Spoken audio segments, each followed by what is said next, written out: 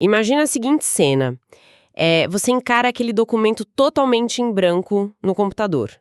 E o cursor fica ali só piscando. Aquela piscada que parece que tá zombando da nossa cara, né? Exato, parece que tá rindo de quem tenta escrever um TCC ou uma dissertação, ou tipo até mesmo quem tá tentando estruturar uma resposta mais complexa para um concurso. E bate aquela paralisia total. Nossa, bate muito. A sensação de paralisia toma conta e vem junto aquele pensamento meio esmagador, sabe? De ser uma fraude.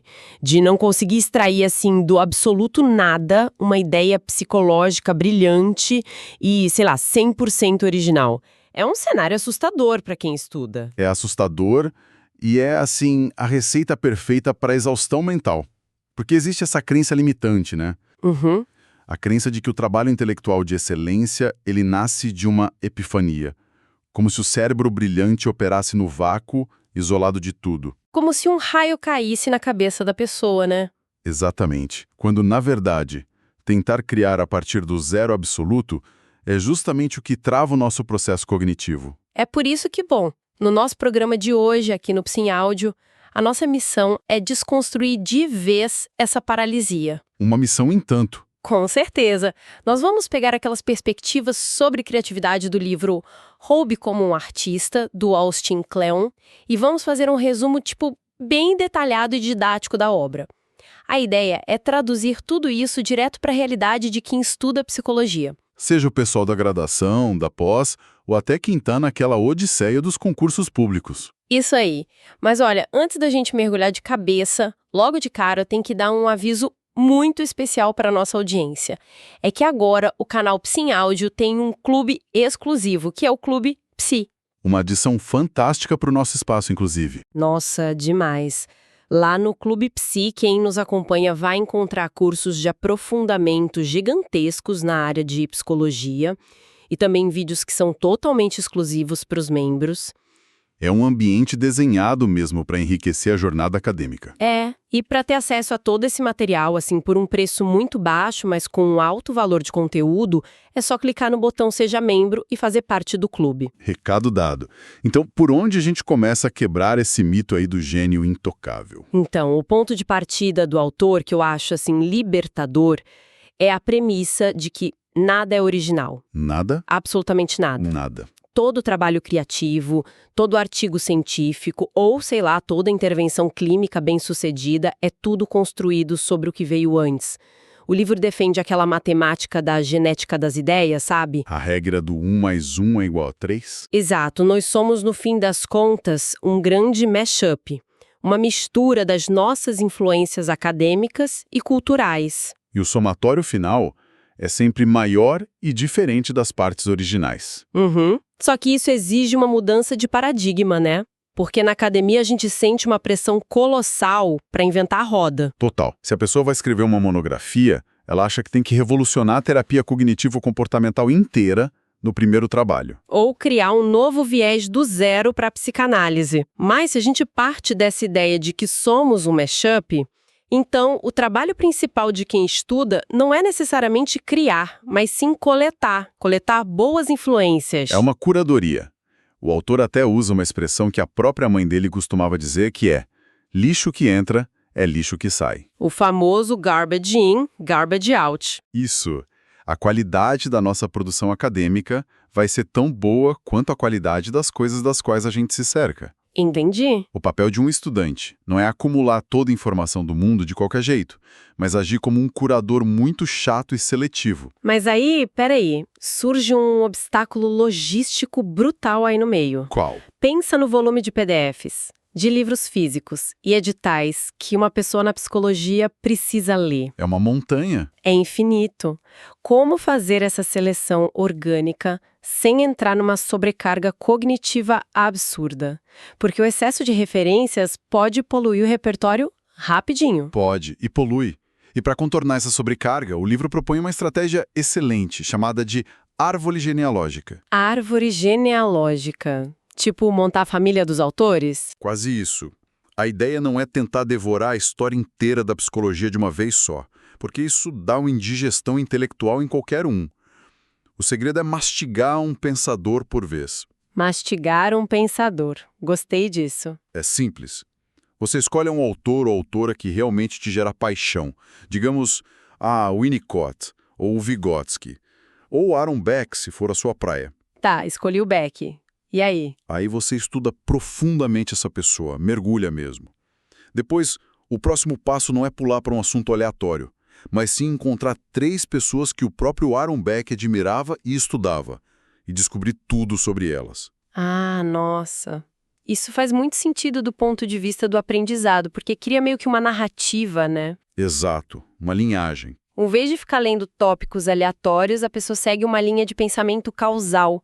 E isso facilita a memorização e ainda diminui aquela fadiga de decisão. Sim, porque o seu próximo passo de leitura já está meio que traçado pelos seus próprios ídolos. Você não precisa ficar adivinhando o que lê depois. Garante uma fundação sólida. E mais do que isso, subindo nos galhos dessa árvore, você constrói um referencial teórico robusto.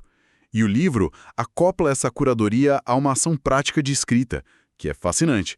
Sabe aquele conselho clássico de escreva sobre o que você conhece? Sei, todo mundo fala isso. Pois é, o Cleon descarta isso totalmente.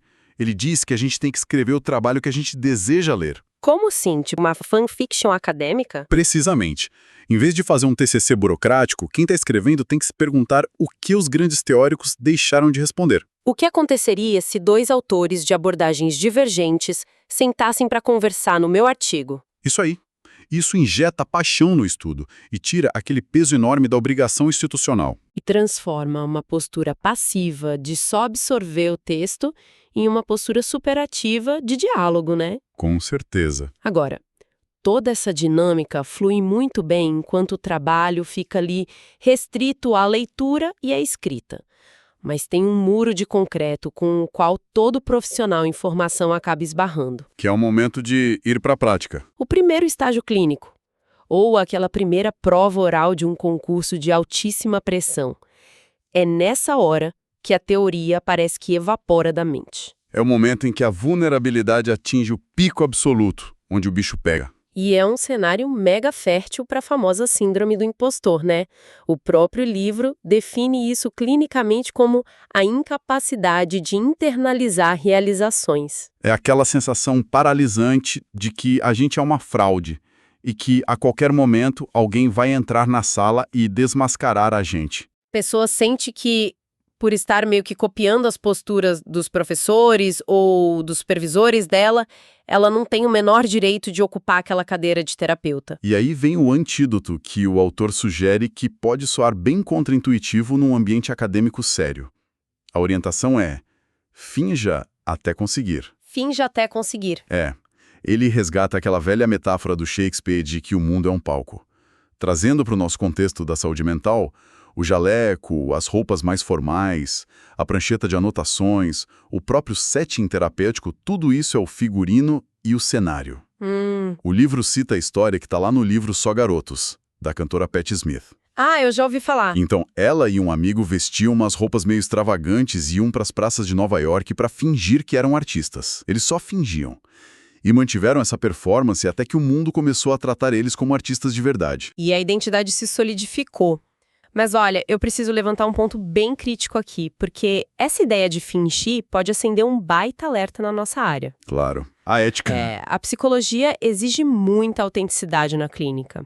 Se um estagiário simplesmente tentar mimetizar um supervisor muito experiente, tipo copiando até os maneirismos, os jeitos de falar, isso não afasta a pessoa de encontrar a própria voz terapêutica. Fica parecendo um teatro vazio. É uma ponderação super importante.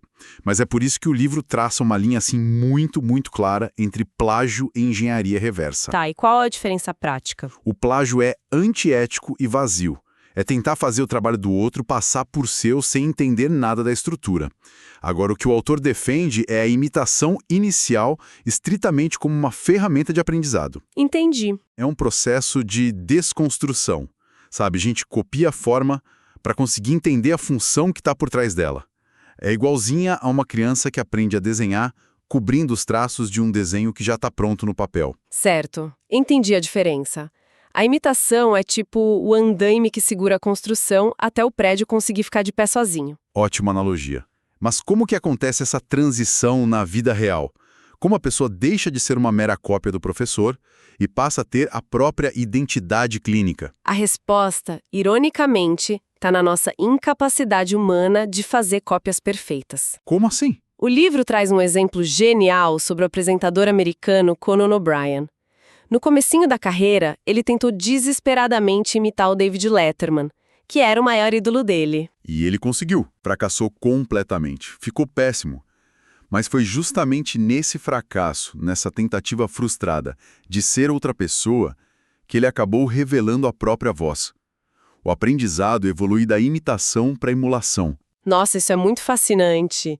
É a ideia de que a nossa falha em reproduzir o ídolo perfeitamente não é um erro de percurso, né?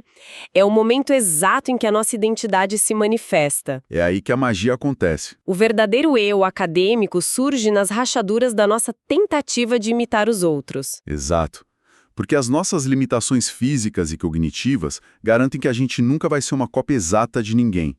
E são essas limitações que moldam a nossa singularidade. Então, aquele medo de não ter um estilo próprio logo no início da jornada é totalmente infundado, né? Totalmente.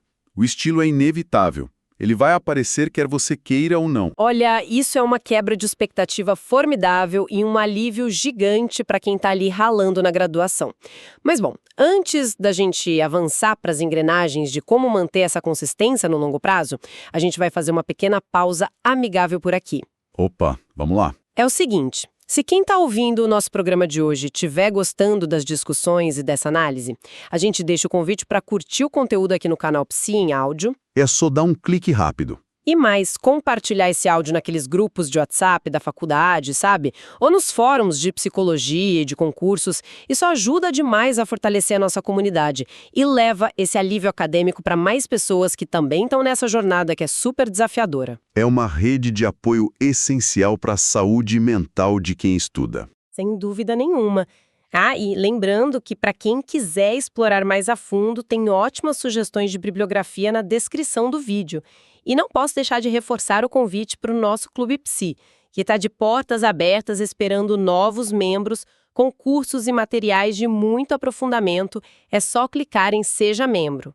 Vai valer a pena, garanto. Bom, retomando a nossa linha de raciocínio, a gente falou bastante sobre os processos da mente até aqui, né? Sim, a parte cognitiva e intelectual. Só que o livro dá um aviso super sério. Esquecer do corpo físico é um erro fatal na jornada criativa e acadêmica. É uma negligência clássica da nossa área. A gente tem uma tendência de transformar a vida de estudos numa experiência que é exclusivamente cerebral. O que é um erro, né? Um erro biológico e produtivo. O Clemon cita a cartunista Lynda Barry. Ela tem uma frase excelente que é: em nossa era digital, não esqueça de usar as suas digitais. Genial! Usar as mãos. Ficar sentado, imóvel, na frente de um monitor o dia todo, só movimentando os olhos e os dedos num teclado, acaba atrofiando a nossa capacidade de ter ideias complexas. Então, o corpo precisa entrar em movimento de verdade. Sim, porque o sistema nervoso opera numa via de mão dupla, né? O corpo envia informações e estímulos para o cérebro, da mesma forma que o cérebro comanda o corpo. Tá, mas qual é exatamente a mecânica por trás do computador ser um bloqueador criativo? Porque assim, à primeira vista, ele é a ferramenta suprema da produtividade. Ele é. Mas o computador é excelente para finalizar o trabalho e péssimo para iniciá-lo. Por quê? Porque a tela e o teclado induzem a gente a um perfeccionismo precoce. O simples fato de você ter ali a tecla de apagar, de poder editar instantaneamente o texto, faz com que a nossa mente analítica censure a mente criativa antes mesmo de uma ideia ganhar forma real. Nossa, é verdade. Você escreve uma frase e já apaga porque não gostou da vírgula. Exato! O pensamento divergente, que é a exploração de múltiplas ideias soltas, é esmagado na hora pela necessidade imediata de editar e deixar tudo bonito. É uma restrição invisível. Uma maneira muito tátil de aplicar isso, visualizando a rotina da pessoa concurseira ou de quem está elaborando uma dissertação, é adotar aquele conceito do livro de criar dois espaços distintos, né? A mesa digital e a mesa analógica. Isso, essa recomendação prática é muito boa. A mesa analógica tem que ser uma zona totalmente livre de telas. Nenhum monitor por perto. Nenhum. É o lugar onde só habitam cadernos, livros físicos, canetas coloridas, aqueles marcadores e post-its. É um espaço físico desenhado para a pessoa rabiscar, construir mapa mental, sujar as mãos mesmo e deixar as ideias fluírem soltas. E sem a interrupção chata de notificações de celular ou aquela tentação de corrigir erro gramatical na mesma hora. Exato. E a mesa digital, por outro lado, só deve ser visitada quando o esqueleto da ideia já estiver pronto lá no papel analógico, servindo única e exclusivamente para execução, para digitar e formatar o texto final. Ou seja, você separa geograficamente a parte da criação da parte da edição. E ainda, pegando carona nessa questão de não atrofiar partes de nós mesmos, o livro toca num ponto que eu acho bem sensível: a importância dos hobbies e aquele conceito de procrastinação produtiva. É um termo que parece meio contraditório, né? Um oxímoro, mas tem embasamento muito profundo. A procrastinação produtiva é basicamente manter vários projetos caminhando paralelamente. Tipo, não estudar só uma coisa o tempo todo. Isso. Quando o cérebro estagna ou enjoa muito daquela leitura densa de um manual de psicopatologia, em vez de você forçar a concentração e gerar mais estresse, você simplesmente pula para um outro projeto diferente. Dá um respiro para a mente, mas sem parar de produzir. Mas o alerta mais grave que o autor faz nessa parte é sobre uma coisa que ele chama de dor do membro fantasma. Nossa, essa metáfora do membro fantasma é muito forte. Como que isso se aplica à rotina corrida dos estudantes de psicologia? A dor do membro fantasma acontece quando uma pessoa acha que precisa de foco absoluto para passar num exame ou defender uma tese. E aí ela amputa todas as outras paixões da vida dela. Ah, entendi! A pessoa para de tocar violão, abandona a pintura, para de ir nos jogos de futebol no domingo, ou até para de cozinhar por prazer, corta tudo. É o comportamento padrão, né? Entrar no famoso modo edital, onde a vida social e os interesses são cortados pela raiz, tudo em nome de uma suposta produtividade total. E a ironia trágica disso é que esse corte destrói a produtividade no longo prazo. Porque, embora as atividades tenham sido removidas da rotina, o cérebro continua sentindo falta delas. E isso gera uma dor crônica e invisível. Caramba! Um hobby não é um ladrão de tempo. Ele é um processo regenerativo. Quando a gente se engaja numa atividade prazerosa e sem aquela pressão da performance acadêmica, o cérebro entra no que a gente chama de modo difuso de pensamento. E aí a criatividade volta. O Cleon conta no livro que, quando ele voltou a tocar numa banda, ele sentiu de forma muito clara as novas conexões neurais se acendendo. Porque o foco intenso, o estudo pesado, gasta a nossa energia. Mas o hobby restaura e organiza as informações soltas lá em segundo plano. Então, descartar partes inteiras da sua personalidade vai inevitavelmente gerar uma estafa acadêmica. Irremediavelmente. Fica muito claro que a sustentabilidade da nossa jornada importa tanto quanto o nosso esforço. O que nos conduz, assim, perfeitamente para um debate sobre como, afinal de contas, a gente sobrevive a essa maratona de longo prazo. E a resposta que o autor dá é maravilhosamente anticlimática, né? Seja chato. Seja chato. Eu adoro isso. É o fim absoluto de todo aquele romantismo do gênio irresponsável, aquela figura super boêmia que passa 3 noites em claro à base de muito café e angústia existencial. E que magicamente entrega uma tese perfeita pela manhã. Esse estereótipo não apenas é falso, como é extremamente destrutivo. Muito.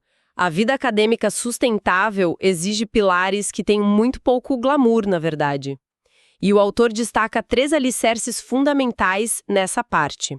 O primeiro é cuidar ativamente da saúde básica, garantir boas horas de sono, hidratação, movimentação física. O básico bem feito. O segundo é aprender a gerenciar o próprio dinheiro e evitar dívidas. Esse é crucial. Porque o estresse financeiro consome uma largura de banda cognitiva gigantesca. Ele rouba o foco que deveria estar indo para a absorção dos estudos. Com certeza. E o terceiro ponto que eu achei brilhante e super contraintuitivo é manter o seu emprego fixo. Pois é, muita gente na área acadêmica e de concursos alimenta aquela fantasia de que, se largassem o trabalho, teriam um dia inteiro livre e a aprovação seria uma certeza absoluta. Só que não é bem assim que funciona, né? Longe disso. O livro argumenta que o emprego fornece benefícios estruturais ocultos. Ele impõe uma rotina rígida, exige contato com o mundo real e com outras pessoas, e o principal de tudo, cria restrições de tempo. O que invoca aquela famosa lei de Parkinson, né? Que diz que o trabalho se expande de modo a preencher todo o tempo disponível que a gente tem para realizar ele. Exatamente a lei de Parkinson. Quando você tem o dia todo livre, você enrola o dia todo. Mas quando você tem apenas 2 horas livres à noite, depois do trabalho, essas horas são cravadas como ouro puro. A procrastinação perde o espaço. O emprego atua como um regulador de tempo. E para manter a consistência nessas janelinhas curtas de estudo, o livro menciona a técnica do comediante Jerry Seinfeld, o famoso método do calendário. Essa ferramenta é genial. É visual, simples, mas tem um impacto psicológico muito profundo. Conta como é. Basicamente, consiste em você pendurar um calendário anual bem grande na parede do quarto, num lugar de destaque. E a cada dia em que a sua meta de estudo for cumprida, e olha, mesmo que a meta tenha sido ler apenas 3 páginas, você marca um grande X vermelho naquele dia. E aí vai formando aquela corrente visual, né? Com o passar do tempo, forma uma corrente contínua de marcas vermelhas. E o seu único objetivo de vida passa a ser não quebrar a corrente. Isso é incrível porque atua direto no nosso sistema de recompensa no cérebro. A marcação visual do X dá um pequeno pico de dopamina e cria um compromisso comportamental enorme, porque o cérebro odeia deixar sequências incompletas, sabe? É da agonia só de ver um dia em branco no meio do vermelho. Jetar o foco para frente, o livro aconselha uma outra ferramenta para a gente olhar para trás, que é o diário de bordo. É importante frisar que não é um diário focado em desabafos existenciais, do tipo, querido diário, hoje eu chorei sobre os livros. É um registro pragmático dos pequenos avanços diários. Tipo listar o que foi feito. Isso. Anotar o capítulo exato que foi lido, a aula em vídeo que foi assistida ou qual conceito foi dominado naquele dia. Isso serve como um antídoto super potente para aqueles momentos em que o progresso parece invisível e o desespero bate na porta. Porque na jornada acadêmica a gente tem muita dificuldade de ver o quanto já evoluiu, né? E além do diário, ele propõe também a criação de um arquivo de aplausos. O arquivo de aplausos é fantástico. É a melhor defesa contra o viés de negatividade humano. Nossa mente tende a ignorar 10 elogios e focar 100% em uma única crítica. Uma crítica destrói o dia. Então, ao arquivar, digamos, aquele e-mail de um orientador elogiando um parágrafo que você escreveu, ou guardar um feedback positivo de um paciente no seu estágio, ou até uma nota boa num simulado, você constrói ali uma âncora emocional. E aí, naqueles dias em que a nuvem negra da dúvida resolve estacionar em cima da cabeça da gente, recorrer a esse arquivo ajuda a restabelecer a nossa autoconfiança com fatos bem concretos. Fatos, não emoções, exato. Mas tem um último grande vilão a ser enfrentado nessa história toda. Qual? Mesmo com a rotina mega organizada, com o corpo em movimento e a mente protegida pelo arquivo de aplausos, quem estuda hoje enfrenta o abismo do excesso. Ah, sim. O bombardeio. Como que a gente lida com um edital que, sei lá, exige a leitura de 100 obras diferentes? Ou uma dissertação que abre a porta para infinitas possibilidades de referenciais teóricos? E aqui entra a cartada final da nossa análise, e que talvez seja a lição mais poderosa do livro. Criatividade é subtração. Subtração. Numa era onde todo mundo está sofrendo de obesidade de informação, a maior habilidade competitiva de um pesquisador ou de quem faz concurso é saber exatamente o que deixar de fora. A ideia de que é preciso dominar todos os teóricos simultaneamente, ela é apavorante e causa aquela paralisia por análise. A limitação é, paradoxalmente, a nossa verdadeira liberdade. O livro até ilustra esse princípio com uma história formidável do escritor infantil Dr. Seuss. Eu amo essa história, conta aí. É muito boa. Ele tinha publicado aquele clássico O Gato Lá da Cartola, usando um vocabulário de 236 palavras diferentes. Tá, é bastante palavra para um livro infantil. Mas aí o editor dele, meio que num tom de desafio, fez uma aposta com ele. Apostou que ele seria incapaz de escrever um livro inteiro que fizesse algum sentido, utilizando apenas 50 palavras distintas. Nossa, 50 palavras é muito pouco. É um limite extremo. Mas ele aceitou a restrição e com essas 50 palavras, ele escreveu Ovos Verdes e Presunto, que não só fez sentido, como acabou se tornando um dos livros infantis mais populares e vendidos de todos os tempos. Usando só 50 palavras. E o que essa história ensina para nossa audiência que está aí tentando absorver o oceano inteiro da psicologia? Ensina que a profundidade e a clareza com as quais a gente explora uma pequena parcela de informação gera um impacto infinitamente maior do que tentar abraçar o mundo e acabar entregando uma análise super superficial. Menos é mais, né? Se existem limites, seja de tempo imposto pelo emprego, de energia física que está no fim, ou o prazo apertado de um edital, esses limites têm que ser usados como filtros.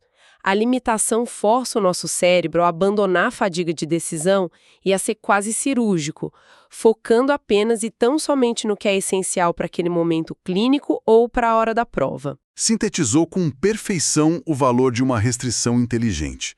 E olha, se a gente puder fazer um apanhado bem didático de tudo que a gente investigou ao longo desse nosso programa, acho que o grande aprendizado é que a excelência, seja ela clínica, acadêmica ou criativa, ela nunca surge do vácuo. Nunca. Ela é alcançada quando a gente abraça ativamente as nossas múltiplas influências. E sempre lembrando da matemática de que 1 mais 1 resulta em 3. E compreendendo, de uma vez por todas, que a jornada começa pela ação. A gente vence a síndrome do impostor agindo antes mesmo de se sentir de fato preparado. A gente permite que a nossa identidade real nasça através das nossas próprias falhas, quando a gente tenta emular os nossos mestres. E além disso tudo, nós aprendemos a vitalidade de integrar o nosso corpo físico, de usar o ambiente analógico para preservar o pensamento divergente. Rabiscar no papel, né? Sem esquecer de manter vivos os nossos projetos paralelos e os nossos hobbies, para que a mente consiga se regenerar e não sofra com amputações dolorosas. Tudo isso ancorado numa rotina que pode até parecer um tanto burocrática ou chata à primeira vista, mas que é o que constrói resiliência no longo prazo. E combinando ali na sabedoria da subtração, filtrando impiedosamente o excesso de informações para focar naquilo que verdadeiramente importa. No fim, nós desenhamos aqui um mapa sistêmico estruturado não apenas para a sobrevivência de quem está na área acadêmica, mas para um florescimento intelectual contínuo. Exato! E para encerrar este nosso encontro de hoje com chave de ouro, fica uma última provocação para quem está com a gente explorar e refletir aí durante a semana. O autor menciona lá num outro ponto do livro que a geografia não manda mais em nós. Verdade, ele fala sobre a distância ser um tônico da criatividade. Isso. Ele diz que a distância é esse tônico secreto. E que, se a gente não gosta do lugar onde a gente está, nós mesmos devemos construir o nosso próprio mundo. Seja de forma bem tangível, criando uma mesa analógica cercada de livros físicos, ou virtualmente, pelas conexões que a gente escolhe nutrir ali na internet. Essa é uma ideia com implicações muito profundas na forma como estruturamos os nossos estudos hoje em dia. E observando sob essa lente, a reflexão é a seguinte: talvez o ambiente psicológico mais crucial que uma pessoa na psicologia precise organizar, curar e mobiliar não seja a planta arquitetônica da sua futura sala de clínica. Talvez o verdadeiro ambiente que precise de cuidado urgente seja a arquitetura invisível de influências. As conexões ativas. Os hábitos cultivados e os limites protetores que estão sendo erguidos dentro da sua própria mente, exatamente agora, durante esta fase árdua da jornada.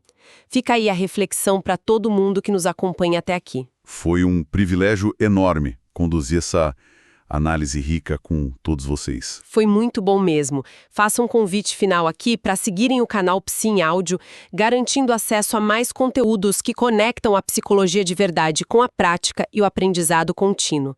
Um grande abraço e até o próximo encontro.